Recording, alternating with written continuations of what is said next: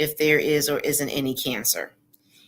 And once I was told, that yes, Sergeant Jeffries, you did test positive for DCIS. He didn't say breast cancer, it just said DCIS. And I said, wait a minute, is that breast cancer? Yes, ma'am, it is. And then that's where I learned what DCIS stood for. Okay. But as I was receiving this news, like literally, like I tell people that the world stopped spinning. Everything stood still for a couple of seconds because I was in so much shock. Because as a woman of God, I prayed that, okay, Lord, I know I felt the lump in my breast, in my left breast, but I am going to pray and believe that there will be nothing there, that it will not be cancerous. It would just be something that's benign. And I just have to keep going back for regular checkups, but that was not the case. So after that, I hung up and I just sat on the side of the bed and I just stared straight at the wall. And I said, God, this is not what I asked for. As a matter of fact, that's the title of the chapter in my book. This is not what I asked for. Okay. So it was total disappointment in that moment as well. Feeling let down that God did not answer my prayer. But after I had a pity party for myself for about 3 minutes. 3 minutes? About 3 minutes. Okay. I decided that, okay, God, but I'm still going to trust you. What else was I going to do? Stay mad at God and, just be a sourpuss the whole way through, negative and just up and down. No, I knew that I still needed to come back to my faith, to my God, and say, okay, God, I'm still going to trust you. Here I am, my back is up against the wall. Right. So Right. those were my thoughts. Those were your initial thoughts. Did you at any given point in time before going to the doctor feel any difference in your breast? The only thing, so on the morning of my 43rd birthday, I actually felt a lump in my left breast. Okay. And it was in December, like December 9th, that I actually had the stereotactic biopsy as a result of what I felt. Okay. But other than that, I wasn't sick. I didn't feel lethargic. Everything was normal about me. Everything Right. was normal. Okay. I hear that a lot. I hear that a lot with women who are going through the same thing that you've gone through, that they didn't feel anything though. Like there were no signs. And most of the time when we have something drastic going on with us and then we go to the doctor and we get diagnosed, it's like we never felt this. We never felt anything. There were no signs there, and that's like a really, really scary thing. Yes. Yes. I do. And in having these conversations, it's always said that you should definitely always go get checked as much as you can, or as you're supposed to. A lot of times we as women, we as people, we as the culture, we miss appointments, medical appointments. We don't like to go to the doctor. We'll feel all kinds of pains, we'll feel all kinds of lumps and bruises on our bodies, and we do not address it at all. And that is definitely like a no-no. So that's why I definitely asked you, like, did you feel anything? Did you see anything? Like, what was happening with your body in terms of you even going to get checked? Yes, and I will also add to that what you're discussing. It's women and it's also men. Men also get breast cancer as well. That's And yeah, men get breast cancer. That is interesting. Yes, they do. They do. They have breasts, not in the normal sense of what we see on women, but they have a chest, they have chest muscles, they have breast tissue as well. Yes. So men also get breast cancer. Now, one thing I will say is, you are supposed to get, your mammogram once a year. However, you should also be familiar with doing breast self examinations as well. Because a lot of times There are things in you that maybe the mammogram cannot detect.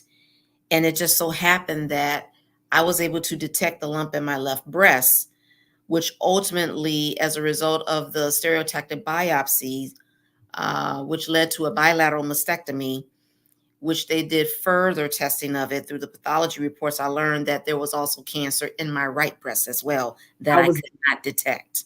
I was going to say that you said that you had it in both breasts. Yes. Yes. Yes. Yes. Wow.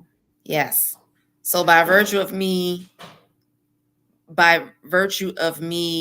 feeling the lump in my left breast, that obviously led to me seeing that, there was more to it than what I felt. Right. Being as though it was in both breasts, was it more aggressive? Did that mean that it was more aggressive because it was in both breasts? No, so good question. So one thing that I learned, so as I was sitting on the side of the bed, right after my little 3-minute pity party, I decided, okay, Lord, I trusted you that I would not get this report, but now I still have to trust you. Mm-hmm. So at that moment, what I decided to do was do some research. I decided to educate myself. And what I learned is I found out that there are 14 different types of breast cancer. Oh my. And the reason being is because there are different levels to the breast. So you have the duct or the ductal walls. You also have lobes. So there's lobular breast cancer. You also have where it's also invasive. So IDC, invasive ductal carcinoma. Cancer as well. So there are many different types, and to include male breast cancer, metastatic breast cancer. So there are many, many different levels of breast cancer. And DCIS is referred to as very common. And in some cases, it's also looked at as not a very aggressive form of cancer. However, it can become aggressive if it is not taken care of sooner than later. Okay. Did you catch yours in the earliest stages? Yes, I did. So after I got the disturbing news that yes, Michi, or yes, Sergeant Jeffries, you did test positive for DCIS, the department, I believe it was the radiology department, that told me that they immediately made sure that my nurse case manager reached out to me within the hour.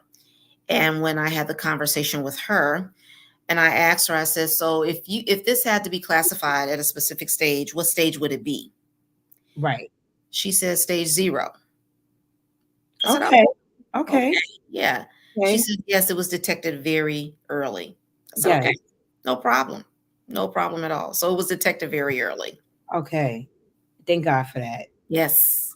I can only imagine, like you said, you went through a 3-minute span of like, oh my God, this is not what I Yeah. asked for. What is happening? But listen, I'm gonna be honest with you. I can only imagine that it was the longest 3 minutes ever. Yes. Because for me, it would have been the longest 3 minutes ever. Like, I mean, I'm really dramatic, but Yes. so I say that to say though, like, what did you do to like balance your emotions? I know that you are a very spiritual person. From hearing you speak, I know that you believe in God, and I know that that is the driving force. I also know that when life hits us, right, we are always good in the spiritual realm when things are going well. We're not always as good when things begin to life. So when life hits you, Yes. Aside from your spirituality, what were some of the things you did to balance your emotions? Very, very good question. I just love the way you said all of that. I mean, because All baby, of that, because it's real. It's real. Okay. it's real. Real. It's real. It's so real. Yes. Mhm. One of the things that I can say is it is extremely important to balance people. I love that. We have a circle of family, a lot of us come from, large family circles, maybe a lot of siblings, or maybe you're the only sibling, but you have a lot of cousins, uncles, aunts, people that you can laugh and giggle with and talk to about some things. But when life hits you, you automatically seem to know the people that you have to balance Right. in that space. Okay. So it was very important for me to say, okay, I love my family. I love my family. However, this is not a job for every family member.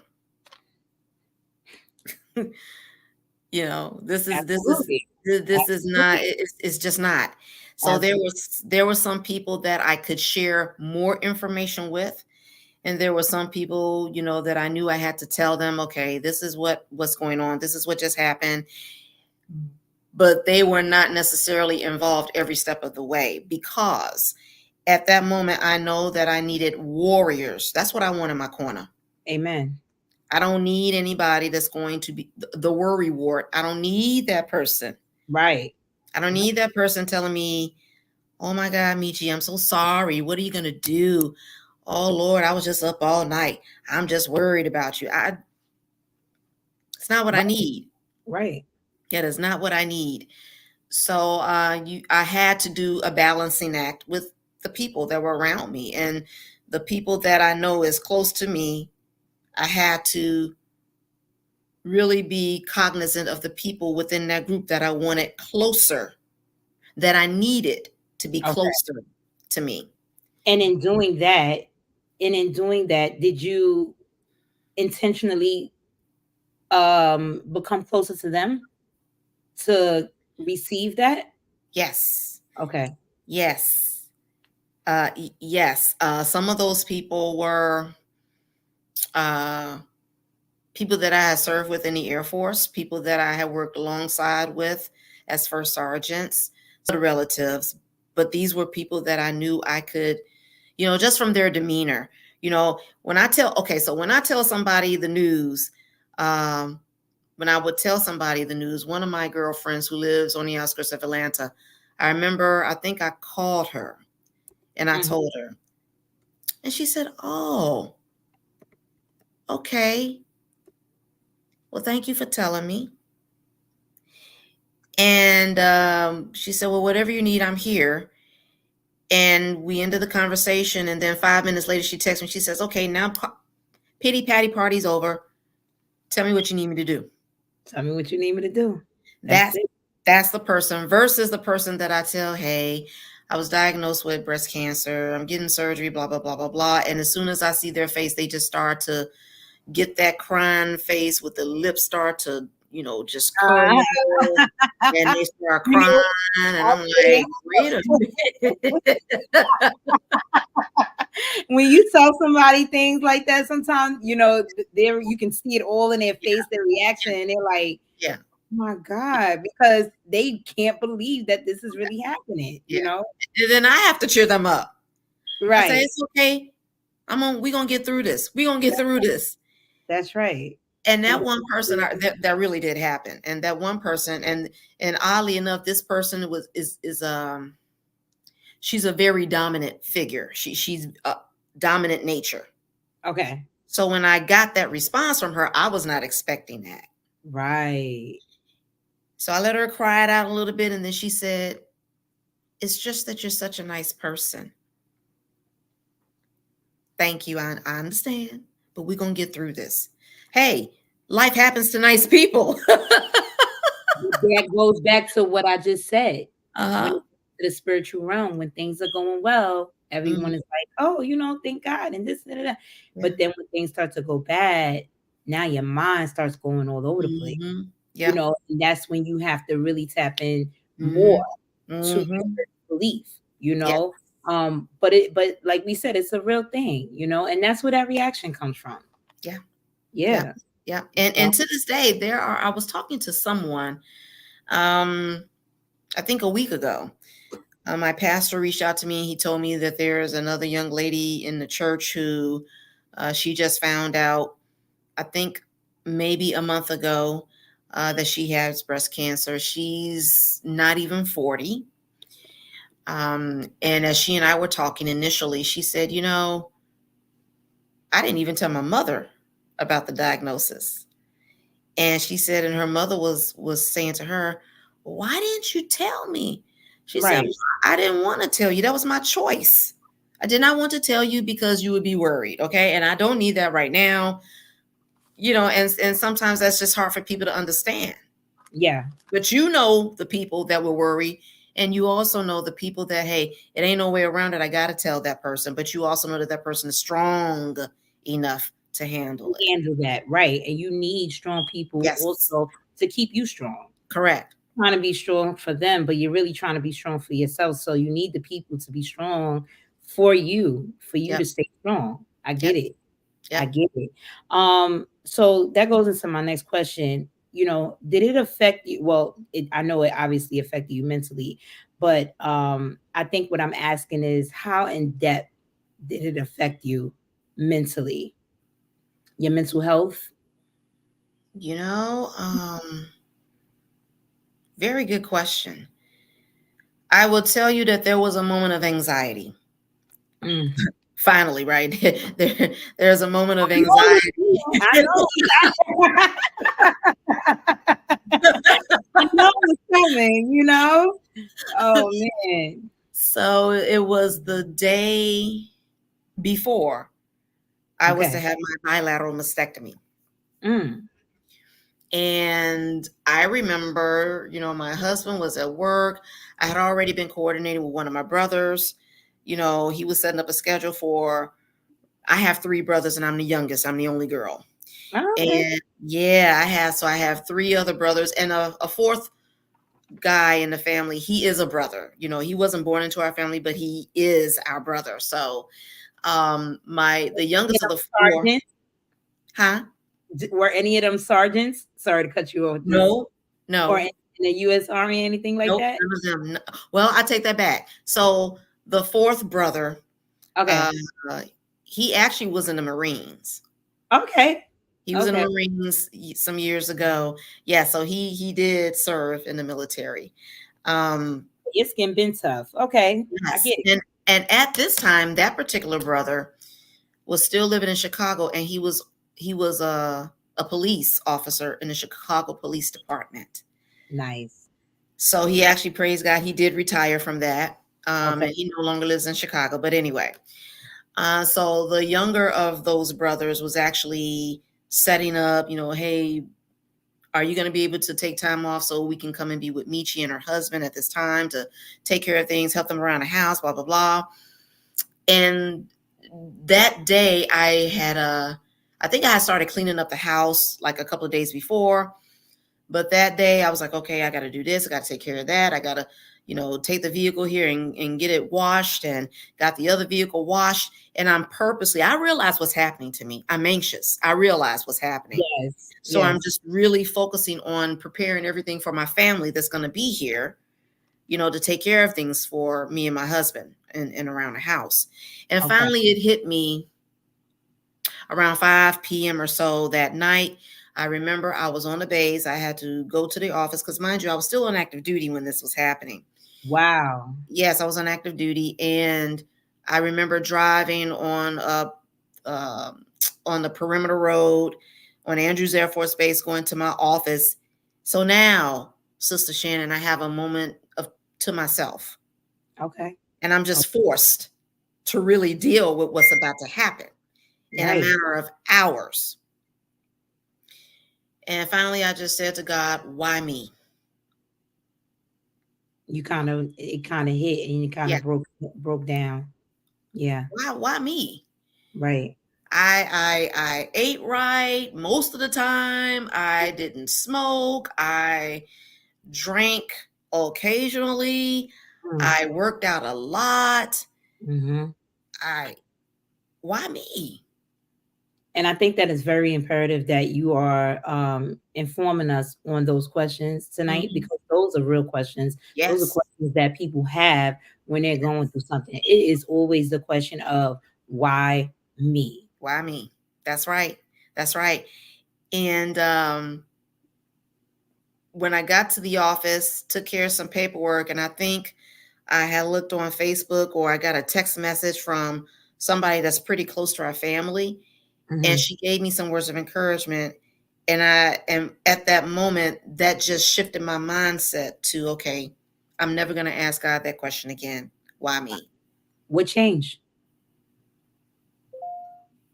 That I knew I was going to be victorious on the other side. Amen. That I knew that what happened to my mom, that's not going to be my story. Okay. So Okay. I was just able to switch it and from the encouragement and just say, okay, well, here I am. I'm not the only person that's had breast cancer. I'm sure I won't be the last, Right.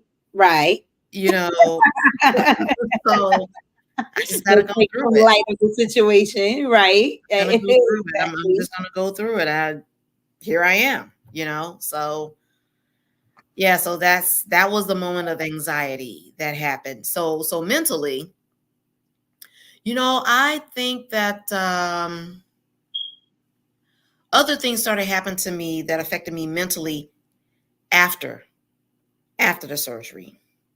Okay, Such as speaking on it. so I had a bilateral mastectomy with what do they call? They call them tissue expanders. So what that means is after they remove the breast, um, you know what? I didn't realize that.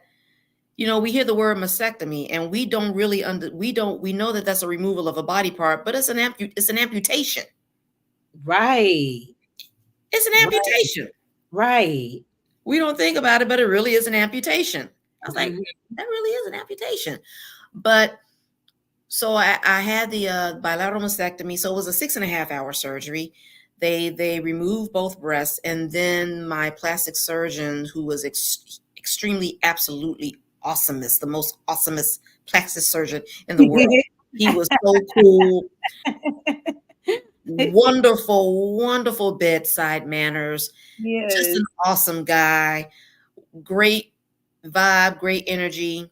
Anyway, Yeah, I like that word too because I'm always making up words myself. yes, So yes, awesome, yes. most So awesome. he came in and they put in the tissue expander. So what happens is the tissue expanders will be filled with a saline solution, which is to expand expanding your skin. Okay. So once you get a certain volume of liquid in the expanders, then they'll take them out and they'll put the implants in, so. Yeah. But after that surgery, I was in the hospital for about, I think it was day 2, and that's when one of the surgeons came in to check on me. And I Okay. remember I was afraid to look at my chest because I knew I didn't have my Yeah. breasts Yeah. anymore. Anymore. Yeah. I was afraid to, I kind of glanced down at it, still having on my gown. And I just glanced down, like, okay, well, there's something there. So that was the mental part of it. I, Right. I Right. did not want to have a surgery and I look at myself and I see nothing. You know, Right. I need to see a little hump or something. Yeah. This is I something was that like, you used to. This is something that you've yeah, been with for forever. This is a right, party. right. I'm like, okay, I see that. Um, but when the doctor came in to actually, like remove some of the bandages to look at, see how it was healed, how the scars was healing, I was scared to look at it. I thought, oh my God, it's going to be so gross. It's going to be Yeah. creepy looking. So I closed my eyes, but I remember I peeked and I was like, oh, well, that don't look so bad. Right. That don't look so bad at all. Right. So it was a lot of things. I mean, even now in this phase, there are things that I had to dig down deep and admit that has, bothered me, or things that I have struggled with in some way, shape, or form mentally. So here's another thing. That was going to be my next question for you. Yes. How do you deal it? Are you still dealing with things mentally today I am. as a victor. Yes, yes, because I'm still human. That's right. Um, Mhm. but I will tell you this: the one thing that I know that I dealt with is going to the women's locker room. After you work out, Mhm. you take off your clothes, get in the shower, but I don't look like them anymore. I get it. I don't And look those like are them anymore. things that you would not even think twice to think about. Yeah, yeah, Someone who's not dealing with that, like, and tapping into this conversation and tapping into someone that they may know that has this or is going through this, like, we don't think about that. no. We So don't think I about will always face the locker because I didn't want anybody to see me. right, right. I didn't want. I was like, oh, I don't want anybody to see this. I don't. I love spas. Going and get the massage and everything. And I'm a free spirited person, right? So that means, okay, you know how you have certain spas. It's like, okay, if you're gonna go in there in a bathing suit or you gonna go in there with nothing on. So I'm Right, the person that would go in there with nothing on. right. That's me. However, when that happened, I just didn't feel secure to do that.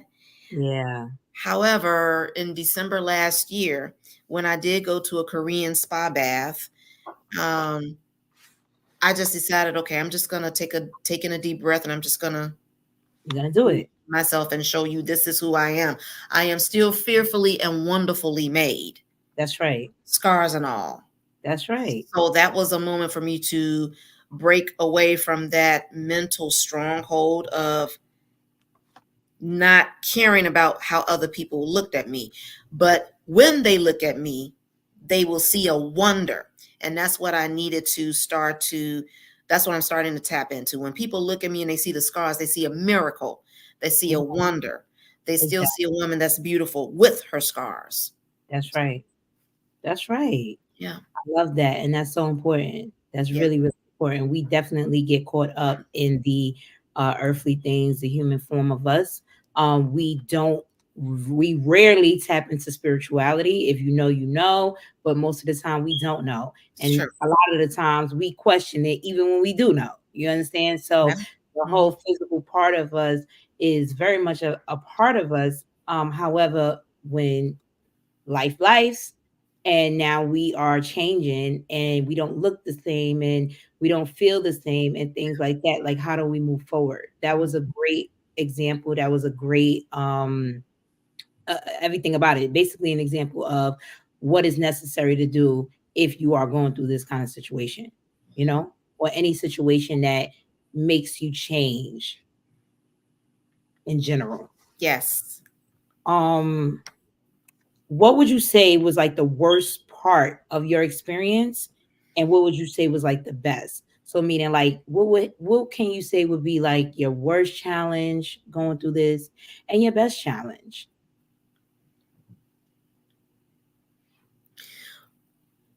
The worst the worst part of the journey was the day after my bilateral mastectomy. So I've had several surgeries. I had 4 surgeries within a 14-month time span, and that was because I was gonna ask you. I also have the genetic mutation. So as a result of the genetic testing that I opted for, I discovered that I do have a genetic mutation for BRCA2, the breast cancer gene 2. That means that I was more susceptible to melanoma and ovarian cancer.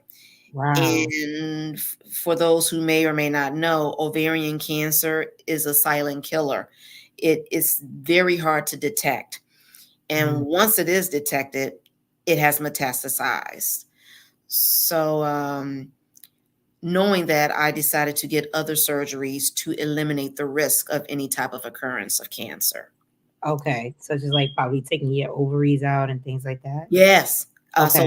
So I got after the bilateral mastectomy, I had a full hysterectomy and oophorectomy. So that's the removal of the the uterus, and also the ovaries. And I also had uh, skin grafting to fill in certain pockets within my chest. Okay. And when they removed the tissue expanders and they put in the actual implants. So those were the surgeries that I had. But the worst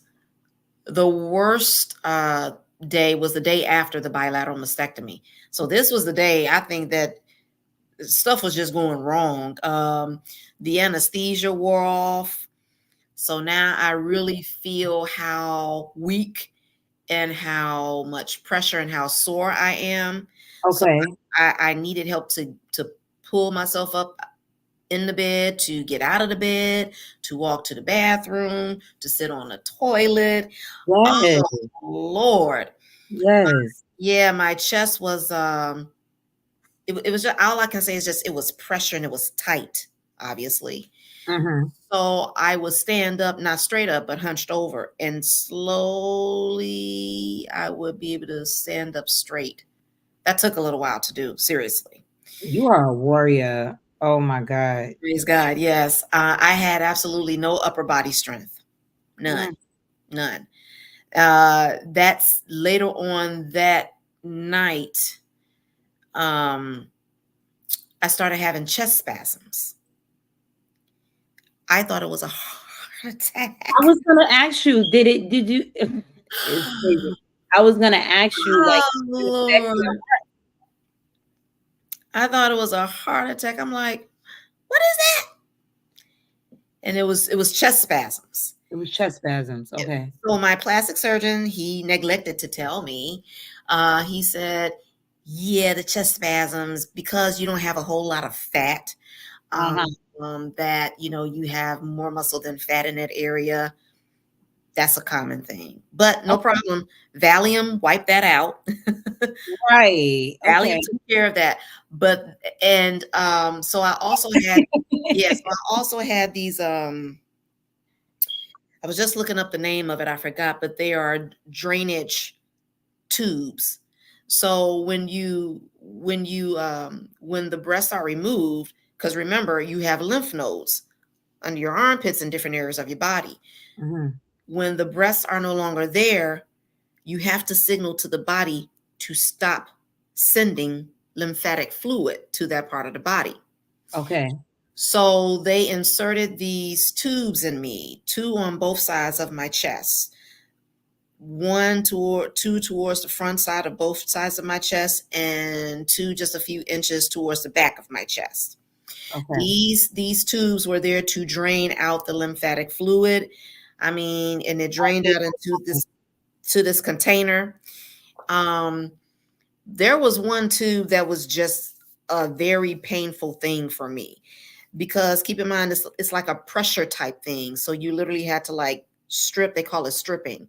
So some of the fluid would drain out, but there would be little pockets of fluid that was stuck in the drainage that would go out into the actual container itself. So a nurse would have to come by, and they hold a little portion of the tube, and just kind of like when you're wringing out a towel, Okay. and you just stretch to Yeah, to drain out make the it a excess flow, fluid.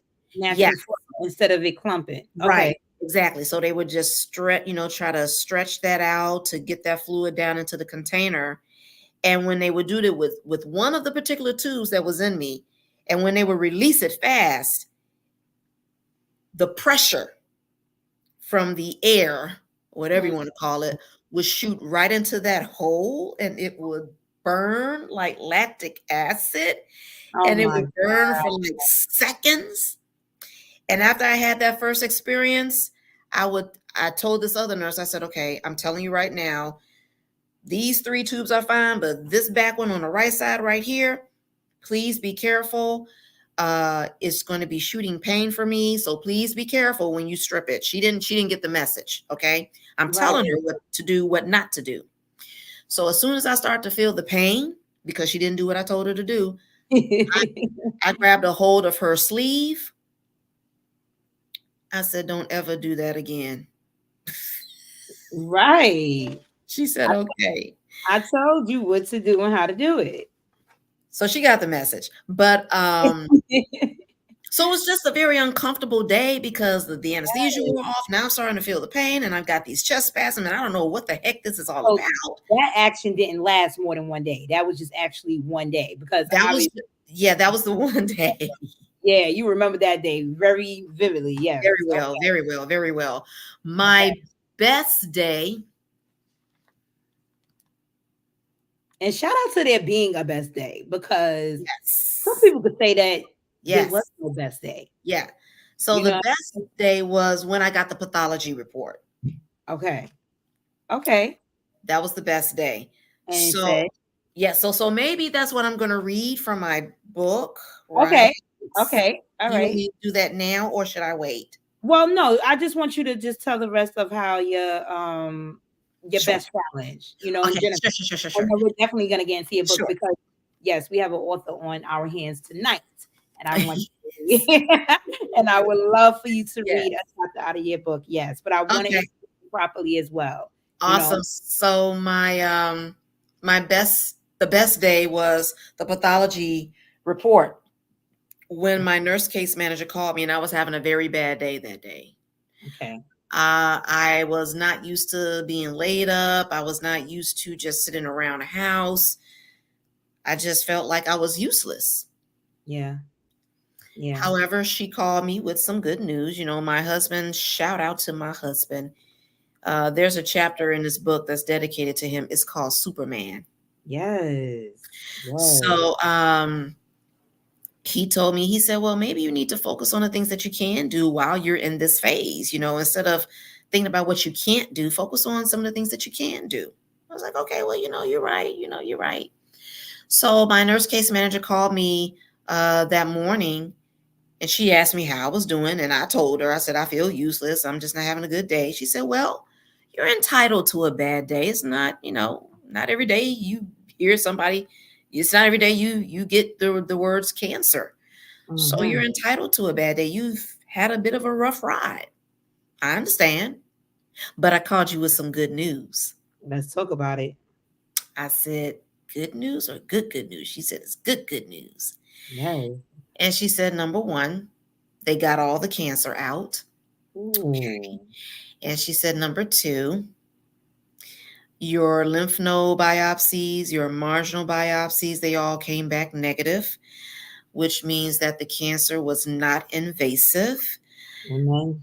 And then she said, number three, because the cancer was not invasive, you do not need chemotherapy. You do not need radiation. You do not need hormone treatment therapy. You are free to conquer with reconstructive surgery. And I said, wow. She said, yes. And I quote in her words. She said, it was detected very, very early. Wow. So that was the best day. And I knew from that day on, I knew I had to write a book. I knew it. I was going to ask you that. So where did the idea come from surrounding this book? Okay. I knew I had to write a book. And secondly, I told God, you know what, whatever door you open up for me, I'm walking in. I have no fear. Yes. I have no fear. Whatever doors you open up, I'm walking in. So that was the best day. Yes. Amen to that, because that is a wonderful day. And that was the same day. Yes. Yes. And that was the same day I got the title for my book. Yes. What's the name of your book? No More Bad Days. That's right. No More Bad Days. Now, how I got that title was a friend of mine. She was with me every step of the way because she too is a breast cancer victor. So her journey started about a year. Well, she ended her journey about a year and a half before mine started. Okay. And I remember calling her and I told her the pathology findings and we were both crying on the phone. And she said, Michi, this day forward, you have no more bad days. That's right. And it That's stuck right. with me. It stuck with me. I said, Yeah. okay, no more bad days. So that was the title of my book. I have two things I want to say before you begin to read the highlight of your book. One of the things is I want to read the comments really quick because we Okay. have people in the comments who are Okay. listening to us tonight, and I'm very grateful for that. I Amen. also ask them to share and like. So we have Delilah. I could not imagine as a woman getting a bilateral mastectomy, having those womanly organs removed. Woo, Lord, hallelujah. Come on, God. And Yes. that is every bit of what it is. Like, come on, God, Yeah. Yeah. Um, I also wanted to say that thank you for sharing, the best challenge that you had in a time where you could have just given up. Mm-hmm. It could not have been anything that you seen highlighted in a situation where you could not see the light when you feel there's a lot of darkness. Okay.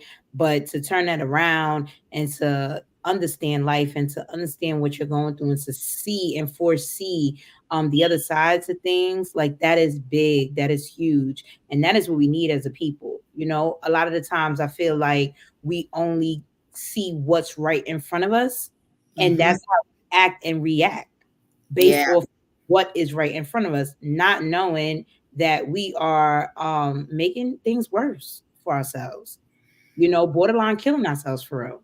Mm-hmm. Mm-hmm. So I thank you for that. Because even though it's just me and you talking right now, it's going to be thousands of people who is going to see this segment, you Yes. know, and everything that we saying tonight is purposeful and helpful.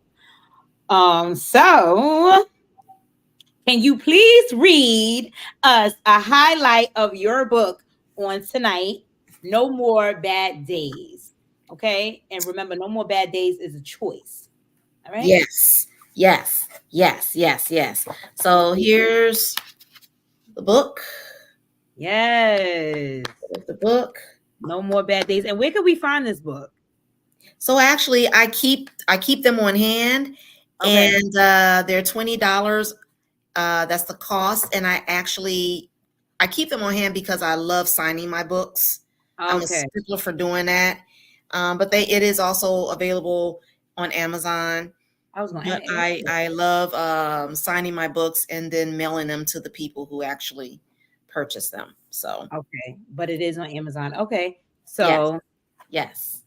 no more bad. So yes, so I do want to read. Let's see. I was trying to pick. I want to end on a positive note, a very positive note here. So let me share this with you. What I have done since cancer.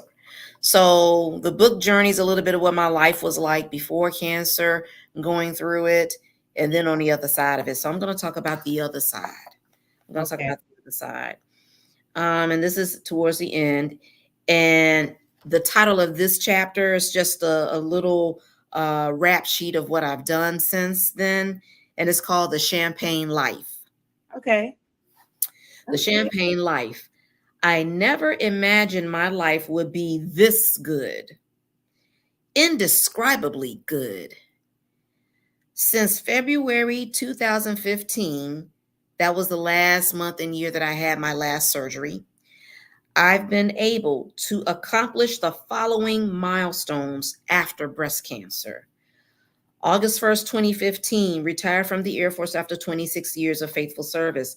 August 4th, 2015, successfully completed my MBA program through Kaplan University. December 7th, 2015, officially graduated with my MBA degree, magna cum laude. August 20th, 2016, competed in my first natural bodybuilding competition. September 10th, 2016, competed in my second natural bodybuilding competition. May 20th, 2017, competed in Mrs. Maryland America 2017 pageant. August 7th, 2017, competed in Mrs. Exquisite International 2017 pageant. November 4th, 2017, Pink and Black Ball honoree, award recipient, National Coalition of 100 Black Women, Decatur DeKalb Chapter Incorporated. I love it.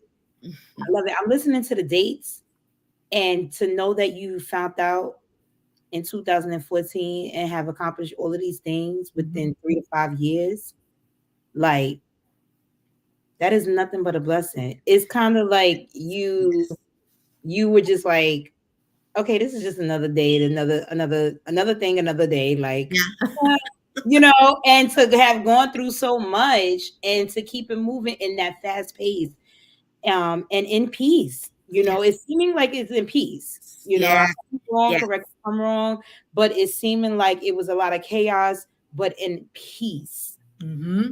Mm-hmm. And I say that and I state that because I can see the chaos. Obviously, there was a whole bunch of chaos. However, your movement defined peace. Yes. You know what I'm saying? And that is a really big thing. And I know it wasn't easy. I know it was not easy. I love that chapter of your book.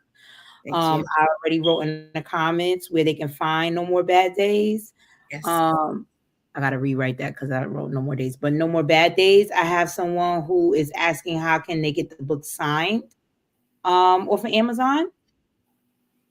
Would they have to reach out directly? Yes, I would love for them to reach me directly. I welcome conversations because I realize that my story, I'm not afraid to share it. Right. And there may be more that I can probably help somebody with.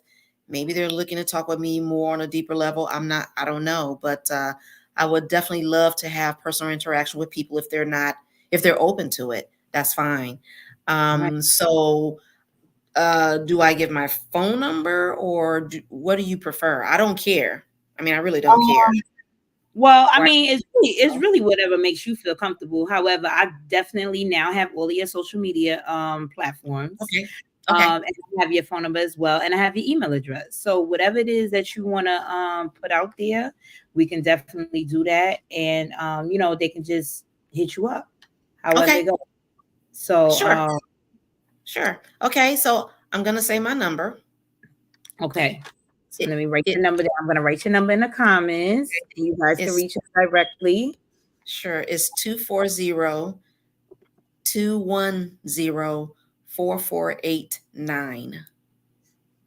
489. And would you like to be called by Michi? I like Michi. Yeah, Michi. Okay. They don't need to use my government name. They don't need to do that. That's right, Sister Michi. Yes. Michi.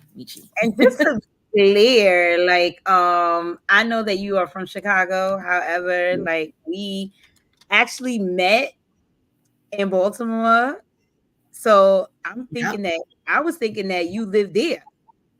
So just to have the alignment of us both meeting there, okay, and not being from there, that was nothing less than God. Yeah, that was in Halthorpe is what it's called. Halthorpe, on the outskirts of Baltimore. It was Halthorpe. I think it was Hartford. I think it was. I'm not sure. I'm not even sure. No, I was, because I really don't like going to Baltimore, so I know. I know when I'm in Baltimore and when I'm on the outskirts or the surrounding areas of Baltimore, like Halthorpe. Okay, yes, it was Halthorpe. But one last thing before we get off, do you have any advice for our followers surrounding breast cancer, your health, mental health, or anything surrounding that? Yes, I do encourage people to stay on top of your yearly examinations. Mm-hmm. And I highly encourage people to learn how to do the breast self-examinations. Okay. And here is why. Number one, you need to get to know your body. It's not your doctor's job to know your body. It's your job to know your body. Yes. Had I not been attuned to my body, I would not have been able to go and tell the doctor exactly where I felt the lump, because they're going to ask me, okay, where's the lump at? It's right here. Right. because the doctors, they're touching people throughout the day all the time. So you need to be attuned to what's not right in your body. That's right. I have, and we've heard the stories of people who they will tell the doctor something's not right. Oh no, there's nothing there. Don't let anybody Tell tell you that. you what's not right. If you say Exactly. something's not right with your body, then something's not right with your body.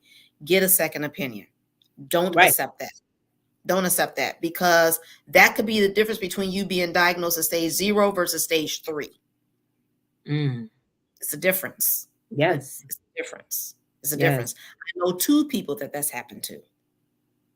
Right. So, um, yeah. So that's my advice. And the other piece of advice is, if you if somebody is listening to this and they are a breast cancer survivor, or they're in a certain part of their breast cancer journey, Mhm. please take a look at what you're eating. Okay.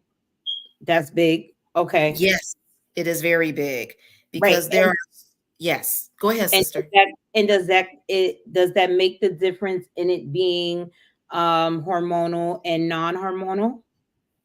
Yes. So I'm glad you asked that question, because Okay. here's an interesting fact. About 5 to 10% of people who are diagnosed with breast cancer, it's a genetic, hereditary mutation. So what does that say about the other 90%? Right. It's It's the environment. environment.